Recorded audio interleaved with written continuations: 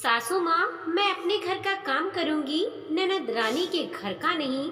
शैलजा अपने कमरे में सभी कपड़ों को जल्दी जल्दी तय लगाती जा रही थी। साथ ही साथ अपने आंखों में से आ रहे आंसू भी पोंछती जा रही थी।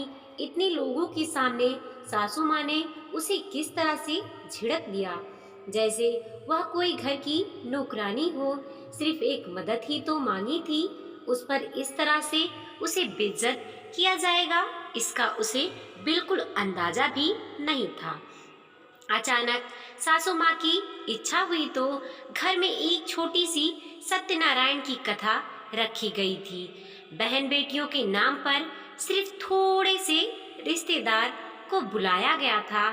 थोड़े से रिश्तेदार, दोनों मौसी सास का परिवार, दोनों बुआ सास का परिवार, छोटी ननद सुप्रिया जिसकी पिछले साल शादी हुई थी, उसके सास ससुर, पति, देवर आदि को बुलाया गया था। थोड़े थोड़े करके 30 लोग तो कम से कम रिश्तेदार ही हो गए। फिर घर के सभी सदस्य, ऊपर से सासू माँ की कुछ सहेलियाँ, कुल मिलाकर 50 लोग आराम से हो गए। मिठाइयाँ और नमकीन बाजार से मंगा ली गईं और पूरी 2 तरह की सब्जी घर पर ही शैलजा ने तैयार कर दी। सुबह 4 बजे से उठी हुई वो इन्हीं कामों में लगी हुई थी। सत्यनारायण की कथा खत्म होने के बाद सभी को प्रसादी के तौर पर भोजन कराया गया। भोजन आदि कराने के बाद अन्य रिश्तेदार तो वहाँ से रवाना हो गए, लेकिन दोनों मौसी, सास और सुप्रिया यहीं रुक गए। सुप्रिया और मौसी सास आज घर पर ही रुकने वाली थी। शैलजा अपनी थाली परोसकर बैठी ही थी कि इतने में सासू माँ ने शैलजा को आवाज लगाई, अरे बहू, क्या आज पूरे कपड़े जलाकर ही मानोगी? दोपहर के 3 बजने को आए, अभी तक छत पर से कपड़े उतारे कर नहीं लाई तुम? जी मम्मी जी, अभी लाई, कहकर शैलजा फटाफट छत पर गई और सारे कपड़े उतार कर नीचे ले आई और लाकर अपने कमरे में पलंग पर रख दिए। कपड़े तय करने की हिम्मत अभी नहीं थी। बहुत जोर से भूख लग रही थी, इसीलिए कपड़े वहीं छोड़कर फटाफट रसोई में आ गई और खाना खाने बैठी गई। अभी 3-4 निवाले ही पेट में गए थे कि सासू माँ की आवाज आई, बहू, ये कपड़े यहाँ क्यों फैला रखे हैं? इन्हें हटाओ। सुनकर शैलजा ने कहा, जी मम्मी जी, अभी 5 मिनट में आई। 5 मिनट नहीं, तुम अभी आओ। हम थोड़ा आराम करना चाहते हैं।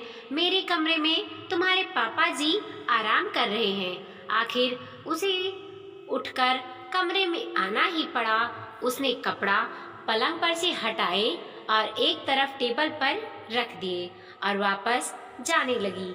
सासू माँ ने टोका, कपड़ों को इधर उधर क्यों पटक रही हो? तह लगाकर क्यों नहीं रख देती? कम से कम सलवटे तो नहीं आएंगे। शैलजा को बहुत जोर से भूख लग रही थी, इसीलिए उसने सुप्रिया से कहा, सुप्रिया दीदी, प्लीज आप कपड़े समेट लीजिए ना, तब तक मैं खाना खा लेती हूँ, बहुत भूख लग रही है। बहू, तुझे शर्म नहीं आती सुप्रिया से काम कराने के लिए कहते हुए? पर मम्मी जी, शादी से पहले भी तो सुप्रिया दीदी मेरी मदद करती थी। पहले की बात कुछ और थी, लेकिन अब नहीं। लोग क्या कहेंगे कि ननद से काम करवाती है? अपने ससुराल का भी काम करे और तुम्हारे घर का भी, वो भी इंसान है। खबरदार मेरी बेटी से अगर घर का काम करवाया तो।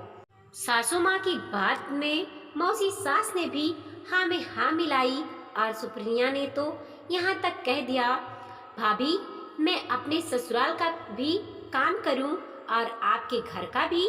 माफ करना, मैं कोई नौकरानी नहीं हूँ। आपके कपड़े हैं, आप ही तय करो। फिर अपनी मम्मी से बोली, मम्मी, आप तो बाहर चलो, हम तो बाहर बैठकर ही आराम कर लेंगे, कहकर चारों हॉल में आकर बैठ गईं। इधर शैलजा को गुस्से के साथ साथ रोना भी आ गया।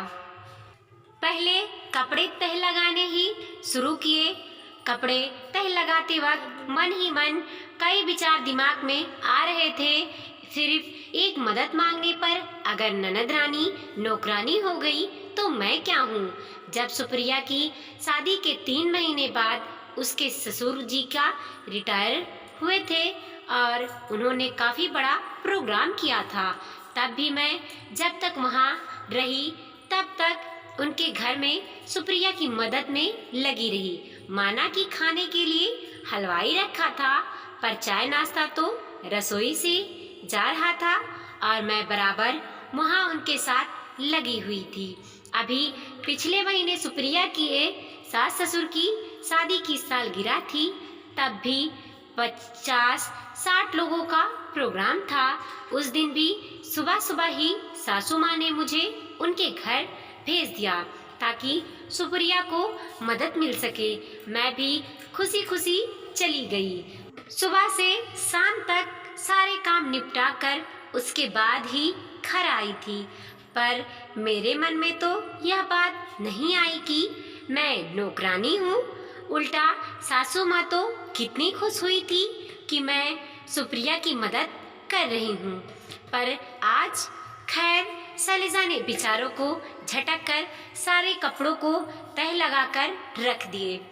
रसोई में गई और थोड़ा बहुत खाना खाया और अपने कमरे में आ गई आराम करने। कुछ दिन बाद सुप्रिया के ससुराल में उसके सास ससुर ने भी सत्यनारायण की कथा का आयोजन रखा। ज़्यादा नहीं, 30 लोगों का ही न्योता था। सासू माँ ने शैलजा को बुलाकर कहा, बहू तुम सुबह जल्दी ही निकल जाना ताकि सुप्रिया को थोड़ी मदद हो जाए और शाम को सारा काम फ्री कराने के बाद ही वापस आना ताकि सुप्रिया को थोड़ा आराम मिल सके। उनकी बात सुनकर शैलजा ने जवाब दिया, माफ़ करना मम्मी जी, मैं इतनी जल्दी नहीं जाऊंगी।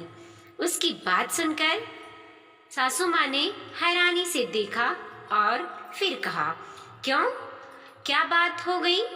अरे मेहमानों की तरह जाओगी क्या सिर्फ खाने के लिए?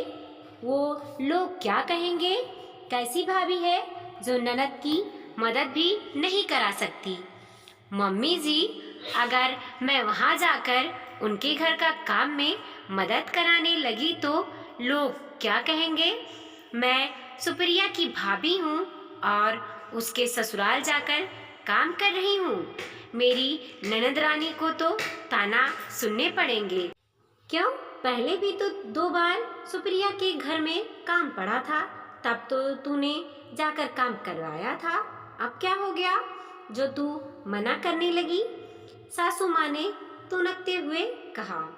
सुनकर शैलजा ने कहा, मम्मी जी, तब मुझे में अकल नहीं थी, पर क्या है ना कि आपने घर में जब सत्यनारायण का काम हुआ तो मुझे समझ में आया कि लोग हमारे बारे में बातें बनाते हैं कि हम किसी के घर जाकर काम में मदद क्यों करें, और वैसे भी मैं अपने ससुराल का काम करूंगी, किसी और के ससुराल से मुझे क्या लेना देना।